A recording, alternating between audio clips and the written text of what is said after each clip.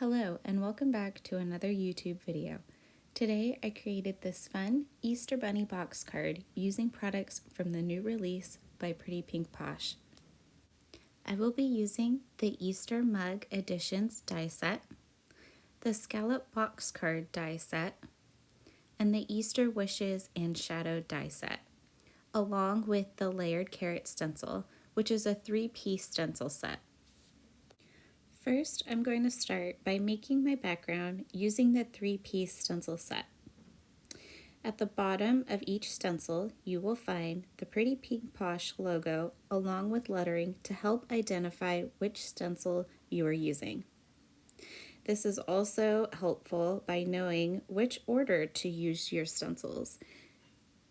So the first we have stencil A, followed by stencil B, and then here is the last, stencil C. I'm going to start with stencil A and will ink blend on smooth white cardstock measuring, I believe, 4.5 by 6.5. I will be using my ink cubes by Gina K Designs and I will be placing them in my Simon Says Stamp ink cube holder. Starting with the color Sweet Mango, I will be ink blending over the stencil using a blender brush, being very careful when blending towards the left side. I could have used masking magic to mask off the area or Post-it tape, but I chose to just be careful since I'll be using a smaller blending brush to ink one row of carrots. In order to do so, I will slightly shift my stencil over to add the last row of carrots. Now you'll notice my carrots are a little bit splotchy, but Gina K Designs ink have a smoothing agent in them, so when the panel is fully dried, the color will dry back just ever so slightly, but will also dry with more of an airbrushed finish, and you won't see the splotchiness because it will even out. So now that I'm done ink blending, I'm going to go ahead and flip my panel over and continue to ink blend on the back side of my cardstock. Once again, using my larger ink blending brush, I'm going to go ahead and apply the Sweet Mango over the carrots, being very careful to not ink blend outside of my stencil on the left hand side, since we will shift the panel over to add the last row of carrots.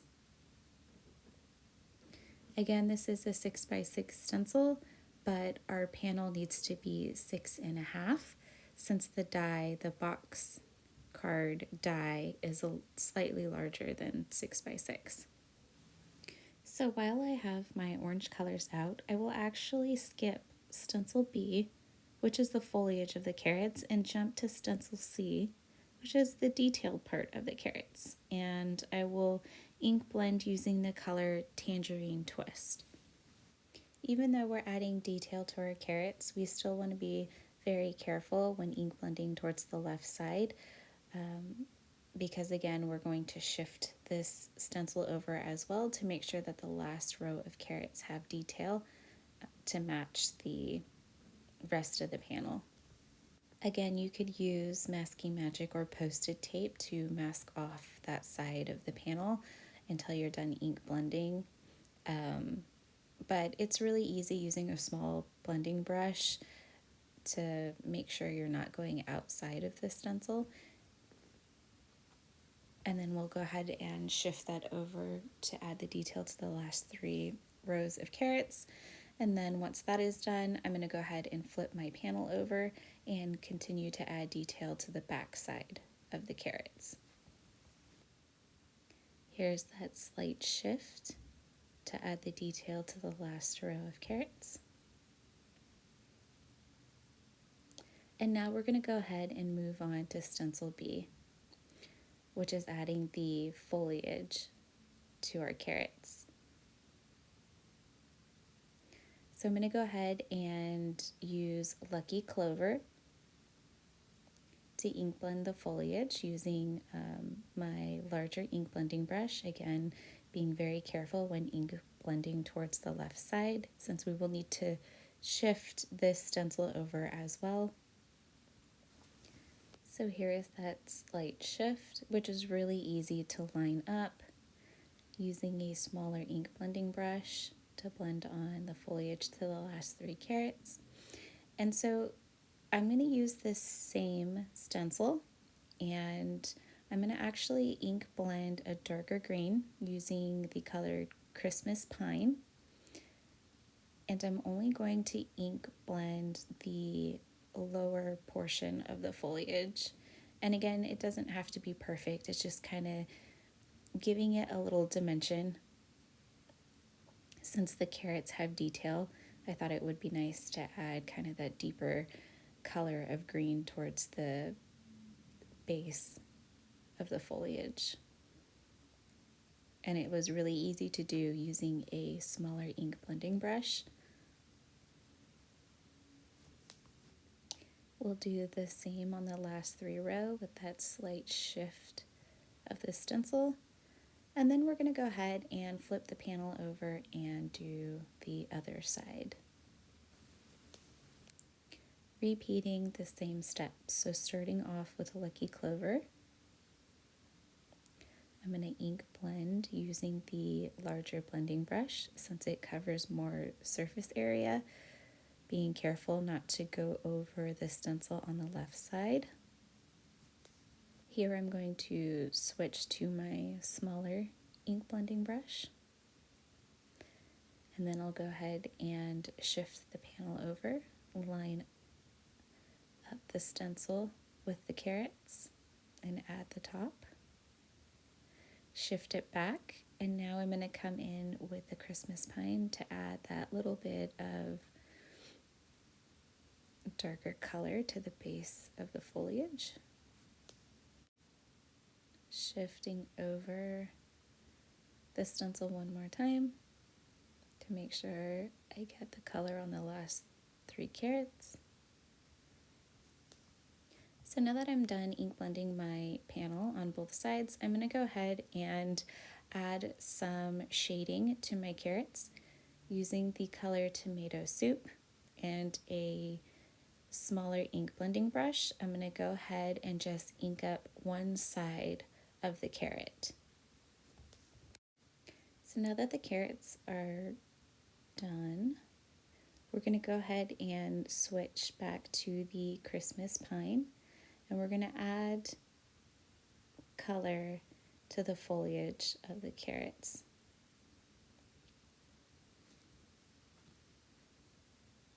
Using some water and my Tim Holtz sprayer, I'm just going to spray that on my mat to clean off the orange ink.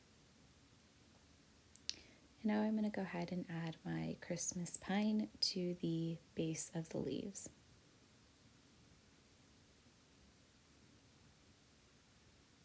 I like using the stencil mat because it is silicone based and it really helps to hold the cardstock in place so that way it's not moving around as much. Now that the ink blending is done, we are going to cut out the base of our box card using the scalloped box card die. To make sure the die doesn't shift during die cutting, I'll tape down the die using low tack tape. You're going to also want to cut 2 panels that will go on the inside of the box card, and this is where we're going to adhere the carrots and the bunny.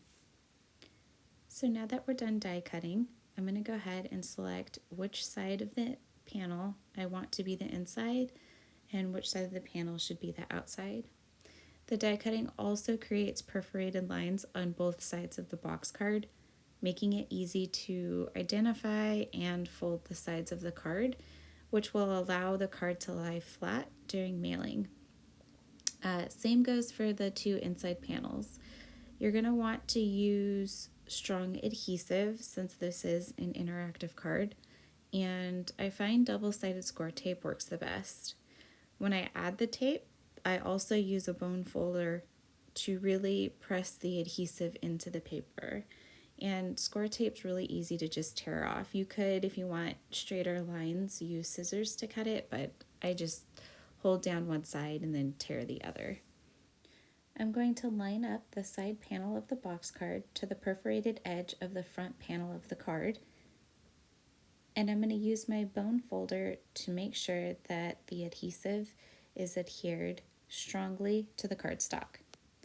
Then I'm going to adhere the inside panel. And I just really picked kind of the middle point of the box card to line up that side panel.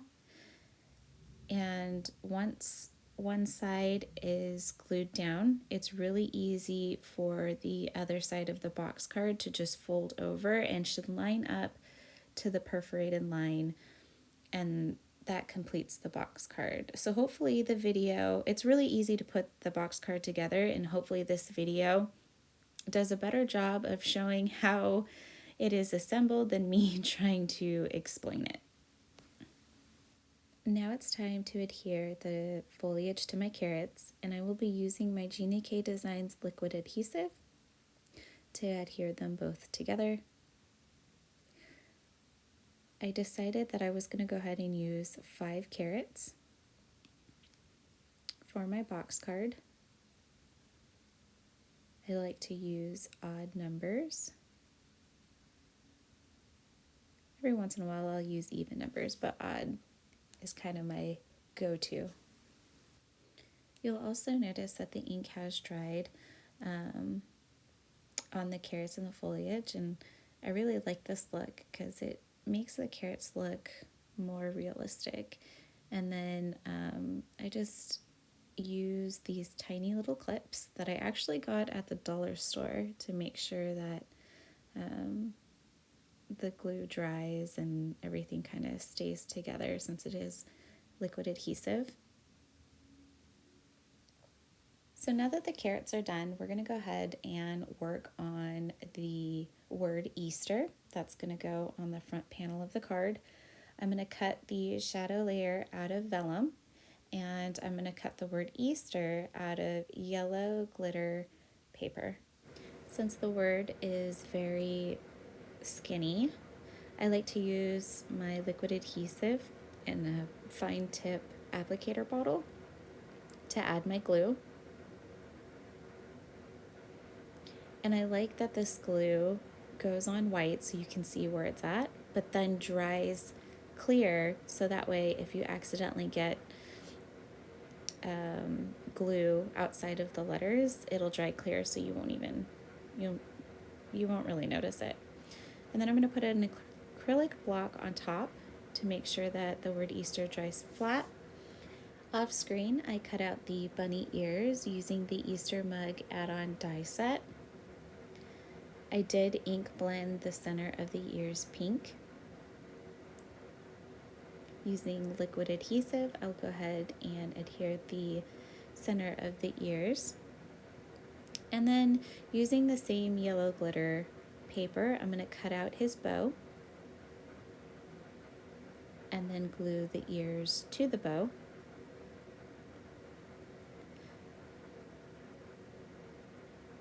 And because we don't really have a body of a bunny or anything to really glue the bunny ears to the box card, I cut a scrap of cardstock that I'll use to put behind the bunny ears for to make the bunny ears more stable, and that way I know for sure that they won't fall off the box card. And it's not part of the die set, so I just kind of eyeballed it, and then I'll just cut off the extra that's hanging out of the box card. And then now I know that the bunny ears are definitely not going anywhere, or they're not going to be flimsy. Again, this is an interactive card, so we want to make sure those bunny ears stay in place. And now I'm going to go ahead and glue the word Easter to the front of the card. And then I thought it would be really cute to cut out the bunny's hands and have them peeking over the edge, and making them look like they are holding the word Easter, kind of like a little Easter sign. Here are those cute little bunny hands or paws.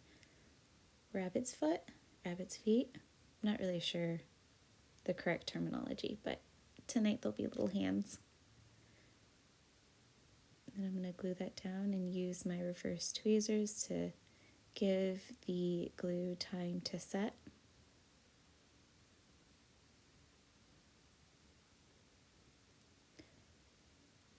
And then once the bunny's hands are glued down, I'm going to go ahead and work on the carrots.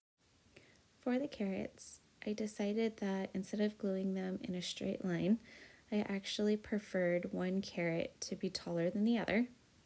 And so on the left side, I will glue 2 carrots together. And then because they are staggered, I actually need to cut the ends of the carrots off. Otherwise, they would peek through the bottom of the box card.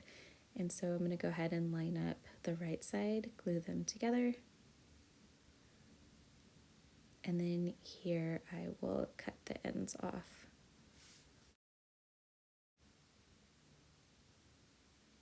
Using liquid adhesive, I'm going to go ahead and adhere the first set of carrots to the center panel using a small clip to allow the glue to set.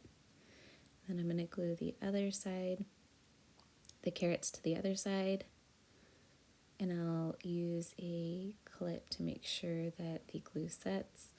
And then now for the last carrot, I'm going to glue that all the way to the back side, or not the back side, but the back panel of the box card, and this one will go right in the center. And so having the carrots not in a complete line, it gives them dimension, it kind of brings the scene together. And here is the final card project. I hope you enjoyed today's video. I hope you give the box card a try. Again, super easy, cute Easter card, very easy to mass produce once you get on a roll. Thank you so much for stopping by and watching my video. Please give me a thumbs up, and until next time, happy crafting. Bye!